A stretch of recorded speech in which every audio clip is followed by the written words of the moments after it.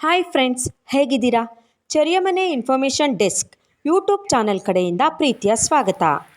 ಸ್ನೇಹಿತರೆ, butter fruit ಅಥವಾ ಬೆಣ್ಣೆಹಣ್ಣು ಬೆಳೆ ಕಾಫಿ ತೋಟದಲ್ಲಿ ಬೆಳೆಯುವ ಪರ್ಯಾಯ ಬೆಳೆ ಅಂತೇಳಿ ನಮ್ಮೆಲ್ರಿಗೂ ಸಹ ತಿಳಿದಿದೆ.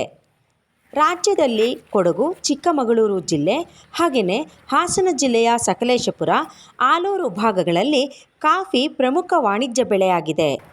ಕಾಫಿ ತೋಟದ ಮಧ್ಯದಲ್ಲಿ ಬಾಳೆ, ಅಡಿಕೆ, ಹಲಸು ಇನ್ನೂ ಮುಂತಾದ ಪರ್ಯಾಯ ಬೆಳೆಗಳನ್ನು ಬೆಳೀತಾ ಇದ್ರು. ಅದರಂತೆ ಬಟರ್ ಫ್ರೂಟ್ ಅಥವಾ ಬೆಣ್ಣೆಹಣ್ಣು ಬೆಳೆಯನ್ನು ಬೆಳೀತಾ ಇದ್ದಿದ್ದರಿಂದ ಇದೂ ಕೂಡ ಪರ್ಯಾಯ ಬೆಳೆ ಅಂತೇಳಿ ಅನ್ನಿಸ್ಕೋತು. ಆದರೆ ಇತ್ತೀಚಿನ ವರ್ಷಗಳಲ್ಲಿ ಕಾಫಿ ತೋಟದ ಪರ್ಯಾಯ ಬೆಳೆಯಾಗಿದ್ದ ಬೆಣ್ಣೆಹಣ್ಣಿಗೆ ಬೇಡಿಕೆ ಹೆಚ್ಚಾಗುತ್ತಿದ್ದಂತೆ ರೈತರು ಬೆಣ್ಣೆಹಣ್ಣು ಬೆಳೆಯನ್ನು ವಾಣಿಜ್ಯ ಬೆಳೆಯಂತೆ ತೋಟದಲ್ಲಿ ಬೆಳೆಯೋದಕ್ಕೆ ಪ್ರಾರಂಭಿಸಿದರು. ಬೆಣ್ಣೆಹಣ್ಣು ಪೌಷ್ಟಿಕಾಂಶವನ್ನು ಒಳಗೊಂಡಿರುವ ಹಣ್ಣಾಗಿರೋದ್ರಿಂದ ಇದಕ್ಕೆ ಈಗ ತುಂಬ ಬೇಡಿಕೆ ಇದೆ. ಬೆಣ್ಣೆಹಣ್ಣು ಮೂಲತಃ ಮೆಕ್ಸಿಕೋ ದೇಶದ ಬೆಳೆಯಾಗಿದ್ದು ಕ್ರಮೇಣ ಭಾರತಕ್ಕೆ ಕಾಲಿಟ್ಟಿತು. ಮಲೆನಾಡು ಜಿಲ್ಲೆಯ ಕಾಫಿ ಬೆಳೆಯುವ ತೋಟಗಳಲ್ಲಿ ಬೆಣ್ಣೆಹಣ್ಣನ್ನು ಬೆಳೆಯುತ್ತಿದ್ದ ಹಿನ್ನೆಲೆಯಲ್ಲಿ ಇದನ್ನು ಕಾಫಿ ಬೆಳೆಯುವ ಜಿಲ್ಲೆಯಲ್ಲಿ ಮಾತ್ರ ಬೆಳೀತಾ ಇದ್ರು. ಬೆಣ್ಣೆಹಣ್ಣು ಬೆಳೆಯಲ್ಲಿ ವಿವಿಧ 51 ತಳಿಗಳಿದ್ದು ಇದರಲ್ಲಿ ಮೆಕ್ಸಿಕನ್ ಹಾಸ್, ಬೆಂಗಳೂರು ಬಲ್ಬ್, ಕೊಡೈಕೆನಾಲ್ ತಳಿಯನ್ನು ಈಗ ಕೊಡಗು ಜಿಲ್ಲೆಯಲ್ಲಿ ಬೆಳೀತಾ ಇರತಕ್ಕಂತಹ ತಳಿಗಳಾಗಿವೆ.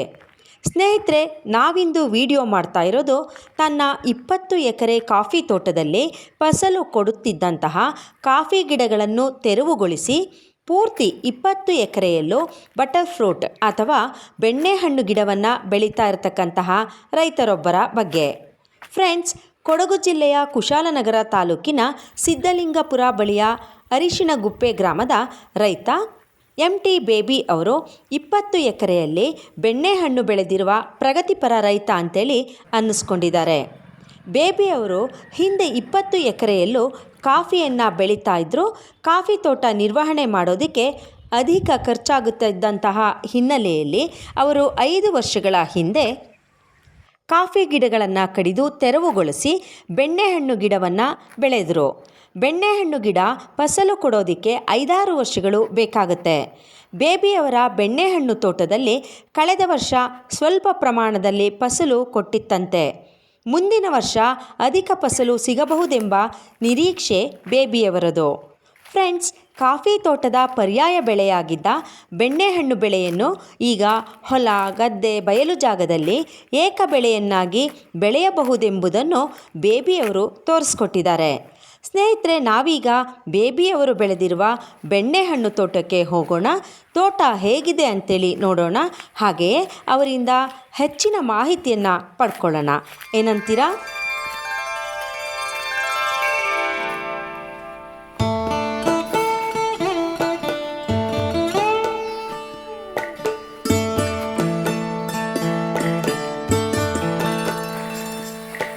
ನೀರು ಹಾಯಿಸದ ಇಲ್ಲ ಸ್ಪ್ರಿಂಕ್ಲೇರ ಹಾಯಿಸದ?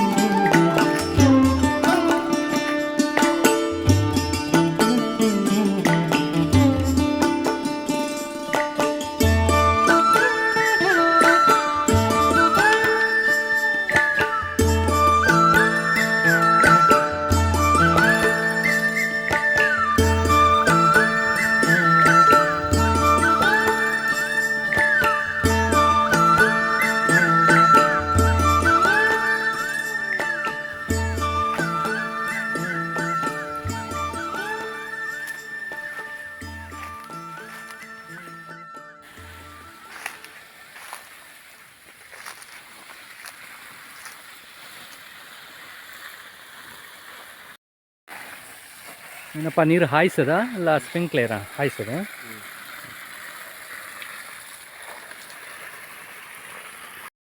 ವಾರಕ್ಕೆ ಎಷ್ಟು ಸರಿ ಕೊಡ್ತೀರಾ? ವಾರಕ್ಕೆ ಎಷ್ಟು ಸರಿ ನೀರು ಕೊಡ್ತೀರಾ ಗಿಡಗಳಿಗೆ?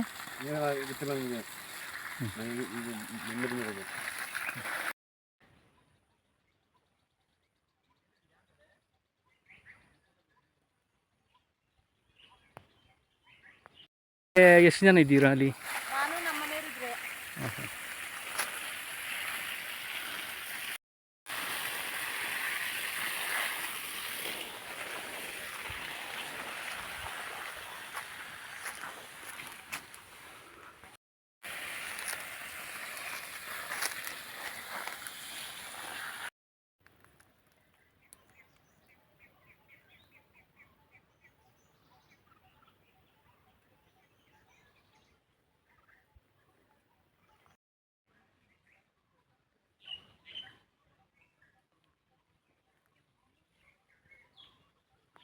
ನಮಸ್ತೆ, ತಮ್ಮ ಹೆಸರು? ನನ್ನ ಹೆಸರು BBMT. ಸರ್, ಊರು ಯಾವ್ದು ಸರ್ ಇದು? ಅರಸಿನಗುಪ್ಪೆ ಗ್ರಾಮ, ಅರಸಿನಗುಪ್ಪೆ. ಯಾವುದು? ಕುಶಾಲನಗರ ತಾಲೂಕು ಇದು? ಹೊಸನಗರ ತಾಲೂಕು, ಹೊಸನಗರ ಹೋಬಳಿ. ಸರ್, ಈಗ ನೀವು ಬಟರ್ ಫ್ರೂಟ್ ಬೆಳೆದಿದ್ದೀರಲ್ಲ, ಇಲ್ಲಿ ಎಷ್ಟು ಎಕರೆಯಲ್ಲಿ ಬೆಳೆದಿದ್ದೀರಾ ಸರ್ ನೀವು? ಅಂದಾಜು 18 ಎಕರೆ ಬೆಳೆದಿದ್ದೀನಿ. 8 ಎಕರೆ, ಓಕೆ.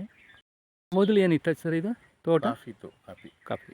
ಕಾಫಿನ ಏನು ಮಾಡಿದ್ರಿ? ತೆರವುಗೊಳಿಸಿ ತೆರವು ಕಳಿಸಿ, ಮತ್ತು ಆಗಾಗದಲ್ಲಿ ಕಾಫಿಲಿ ಆದಾಯ ಇರಲಿಲ್ಲ, ಹಾಗಾಗಿ ಅದನ್ನು ಪೂರ್ತಿ ತೆರವು ಕಳಿಸಿ ಕೊಟ್ಟು ಹಾಕ್ತೀವಿ. ಇವಾಗ ಕಾಫಿ ರೇಟ್ ಆಯಿತು, ಆವಾಗ ರೇಟ್ ಇರಲಿಲ್ಲ. ಓಕೆ. ಎಷ್ಟು ವರ್ಷ ಸರ್ ಹೇಳಿದ? 5ನೇ ವರ್ಷ. 5 ವರ್ಷ. ಫಸಲು ಬಂದಿದೆಯಾ? ಕಳೆದ ವರ್ಷದಿಂದ ಫಸಲು ಕೊಡೋಕ್ಕೆ ಶುರು ಆಯಿತು. ಓಕೆ. ಮತ್ತು ಇದು ಯಾವ ತಳಿಗಳು ಸರ್ ಇವೆಲ್ಲ? ಇದರಲ್ಲಿ ತಳಿ ಬಟರ್ಪಟ್ಲಿ ಇಲ್ಲೂ ಗಂಟು ನಾಮಕರಣ ಆಗಲಿಲ್ಲ. ಇದರಲ್ಲಿ ಒಂದು 18 ವೆರೈಟಿ ಇದೆ. ಎಲ್ಲಕ್ಕೂ ಬಟರ್ಪುಟ್ ಅಂತಲ್ಲದೆ ಇದಕ್ಕೆ ಇಂಥದ್ದು ಇವಾಗ ಒಬ್ಬೊಬ್ಬರು ಒಂದೊಂದು ಥರದ ಹೆಸರುಗಳು ಹಾಕಕ್ಕೆ ಶುರು ಮಾಡಿದ್ದಾರೆ. ಇಲ್ಲಿ ಗಂಟನೂ ಇದಕ್ಕೆ ಹೆಸರುಗಳಿಲ್ಲ. ಯಾವ ರೀತಿ ಸರ್ ಇದು ಕಟಾವು ಮಾಡಿದ ಮೇಲೆ ಹೇಗೆ? ವ್ಯಾಪಾರ ಎಲ್ಲ ಹೆಚ್ಚಿಗಾಗಿ ಬಾಂಬೆಗೆ ಹೋಗುತ್ತೆ, ಹೈದರಾಬಾದು, ಬೆಂಗಳೂರು. ವ್ಯಾಪಾರಿಗಳು ಇಲ್ಲಿ ಮಾರ್ಕೆಟ್ನ ಲಿಂಕ್ ನನಗಿಲ್ಲ. ಇಲ್ಲೇ ಲೋಕಲ್ ವ್ಯಾಪಾರಿಗಳು ಬೇಕಾದಷ್ಟು ಜನ ಬಂದು ತಗೊಂಡು ಹೋಗ್ತಾರೆ. ಇಲ್ಲಿಗೆ ಬಂದು ತಗೊಂಡು ಹೋಗ್ತಾರೆ. ಸರ್, ಕ್ವಿಂಟಲ್ಗೆ ಹೆಂಗೆ ಸರ್ ಇದು? ಇಲ್ಲಿ ಗಂಟ 200 ರೂಪಾಯಿ ರೇಟ್ ನಡೀತಿತ್ತು. ಇವಾಗ ಸ್ವಲ್ಪ ಮಾರ್ಕೆಟ್ ಡೌನ್ ಆಗಿದೆ. ವಯನಾಡು, ಕೇರಳ, ವಯನಾಡಿಂದ ಮಾರ್ಕೆಟ್ ಬರ್ತಾ ಇದೆ ಅಂತ ತಗೊಂಡು ಇನ್ನೂ ಫೋನ್ ಮಾಡಿದ್ರು. ಅಂತೂ ಹೆಚ್ಚು ಕಮ್ಮಿ 200ರಿಂದ ಲಾಸ್ಟು 50 ಗಂಟೆ ಬರುತ್ತೆ. ಜೂನ್, ಜುಲೈ, ಆಗಸ್ಟ್, ಸೆಪ್ಟೆಂಬರ್ಲಿ ಪುನಃ ಅಪ್ ಆಗುತ್ತೆ. ಅಂತೂ ನಮಗೆ ಎವರೇಜ್ 100 ರೂಪಾಯಿ ಮಾರ್ಕೆಟ್ ಸಿಗುತ್ತೆ. ಇಲ್ಲಿ ಎಷ್ಟು ಫಸಲು ಕೊಡುತ್ತೆ ಸರ್ ಇದು ಬಟರ್ ಫ್ರೂಟು? ಇಲ್ಲಿ ಗಂಟ ನನಗೆ ಇದು ಇವಾಗ 2ನೇ ಫಸಲು ನಂದು. ಎಲ್ಲ ಮರದಲ್ಲೂ ಫಸಲು ಬರೋಕ್ಕೆ ಸ್ಟಾರ್ಟ್ ಆಗಲಿಲ್ಲ. ಅದರ ಬರುವ ವರ್ಷದಿಂದ ಗೊತ್ತಾಗ್ಬೋದು. ಸರ್, ಇಲ್ಲಿವರೆ ನೀವು ಕಾಫಿ ಹಾಕಿದ್ರಿ ಅಂತ ಹೇಳಿದ್ರಿ. ಈ ಕಾಫಿಗೂ ಆಮೇಲೆ ಈಗ ಇಲ್ಲಿ ಬಟರ್ ಫ್ರೂಟ್ ಹಾಕಿದ್ರಿ, ಇದಕ್ಕೆ ಡಿಫ್ರೆನ್ಸ್ ಏನು? ಅಂದರೆ ಅದು ಖರ್ಚು ಜಾಸ್ತಿಯಾ, ಇದು ಖರ್ಚು ಜಾಸ್ತಿ, ಹಾಗೆ ಅಂತ ಹೇಳ್ತೀರಾ? ಕಾಫಿಗೆ ಸಿಕ್ಕಾಪಟ್ಟೆ ಖರ್ಚಿದೆ, ಇದಕ್ಕೆ ಅಷ್ಟೊಂದು ಖರ್ಚು ವೆಚ್ಚಗಳು ಕಡಿಮೆ. ಸರ್, ಮತ್ತು ಇದು ತೋಟದ ಬೆಳೆಯಾಗಿತ್ತು ಯಾವುದು ಬಟರ್ ಫ್ರೂಟ್ ಅನ್ನುವಂಥದ್ದು, ಕಾಫಿ ಗಿಡಗಳ ಮಧ್ಯೆ ನಡುವಂಥದ್ದು ಒಂದು ಪರ್ಯಾಯ ಬೆಳೆಯಾಗಿತ್ತು. ಈಗ ಹೊಲ ಮತ್ತು ಗದ್ದೆಗಳಲ್ಲಿ ಕೂಡ ಇದನ್ನು ಬೆಳೀತಿದ್ದಾರೆ, ಅಂದರೆ ತೋಟದ ಬೆಳೆಯಾಗಿ ಇದನ್ನು ಬೆಳೀತಿದ್ದಾರೆ, ಅಂದರೆ ಕಮರ್ಷಿಯಲ್ ಕ್ರಾಪಾಗಿ ಬೆಳೀತಾರೆ. ಹೌದು ಸರ್. ಮತ್ತು ಈಗಿನ ಒಂದು ಯುವಕರಿಗೆ ಏನು ಹೇಳ್ತೀರಾ ಸರ್? ಹಿಂಗೆ ಬಟರ್ ಫ್ರೂಟ್ ಈಗ ಹೊಲದಲ್ಲಿ ಎಲ್ಲ ಖಾಲಿ ಬಿದ್ದಿರ್ತದೆ ಕೆಲವು, ಅವ್ರಿಗೆ ಏನು ಹೇಳ್ತೀರಾ ಸರ್? ಸಲಹೆ ಕೊಡ್ತೀರಿ ಅಂತಂದರೆ ನಮ್ಮ ಭಾರತ ದೇಶದಲ್ಲಿ ಒಂದು 3% ಜನಗಳಿಗೆ ಮಾತ್ರ ಗೊತ್ತು ಈ ಬಟರ್ ಫ್ರೂಟ್ ಬಗ್ಗೆ. ಬೆಳೆಯೋದಕ್ಕೂ ತಿನ್ನೋದಕ್ಕೂ ಎಲ್ಲ ಕಡೆನೂ ಇದರ ಪ್ರಚಾರ ಆಗಲಿಲ್ಲ. ತುಂಬ ಉತ್ತಮವಾದ ಪೋಷಕಾಂಶ ಇರುವಂತಹ ಹಣ್ಣು. ಇದರ ಬಗ್ಗೆ ದೇಶದಾದ್ಯಂತ ಪ್ರಚಾರ ಮಾಡೋದು ತುಂಬ ಮುಖ್ಯ. ಬಟರ್ ಅಂದ್ಕೊಂಡು ನಮ್ಮ ಕರ್ನಾಟಕದಲ್ಲೇ ಅರ್ಧ ಜನಕ್ಕೆ ಗೊತ್ತಿಲ್ಲ ಬಟರ್ ಫ್ರೂಟ್ ಅಂದರೆ ಇನ್ನೂ ಪ್ರಚಾರ ಆಗಬೇಕು. ಹಾಗೆ ಪ್ರಚಾರ ಆದಾಗೆ ಪ್ರಪಂಚದಲ್ಲಿ ಭಾರತ ಎಕ್ಸ್ಪೋರ್ಟಲ್ಲಿ 0 ಪಾಯಿಂಟ್ ಇದೆ ಬಟರ್ ಫ್ರೂಟಲ್ಲಿ ಇವಾಗ. ಹೌದು. ಇನ್ನು ಇದರ ಸ್ನೇಹಿತರೆ, ವಿಡಿಯೋ ನೋಡಿದ್ರಲ್ಲ, ಹೇಗನ್ನಿಸ್ತು? ಕಮೆಂಟ್ ಮಾಡಿ, ಲೈಕ್ ಮಾಡಿ, ಹಾಗೆ ಚೆರಿಯ ಮನೆ ಇನ್ಫಾರ್ಮೇಷನ್ ಯೂಟ್ಯೂಬ್ ಡೆಸ್ಕ್ ಚಾನಲನ್ನು ಸಬ್ಸ್ಕ್ರೈಬ್ ಮಾಡಿ. ಮುಂದಿನ ವಿಡಿಯೋದಲ್ಲಿ ಮತ್ತೆ ಭೇಟಿ ಆಗ್ತೀವಿ. ನಮಸ್ಕಾರ, ಬಾಯ್ ಬಾಯ್.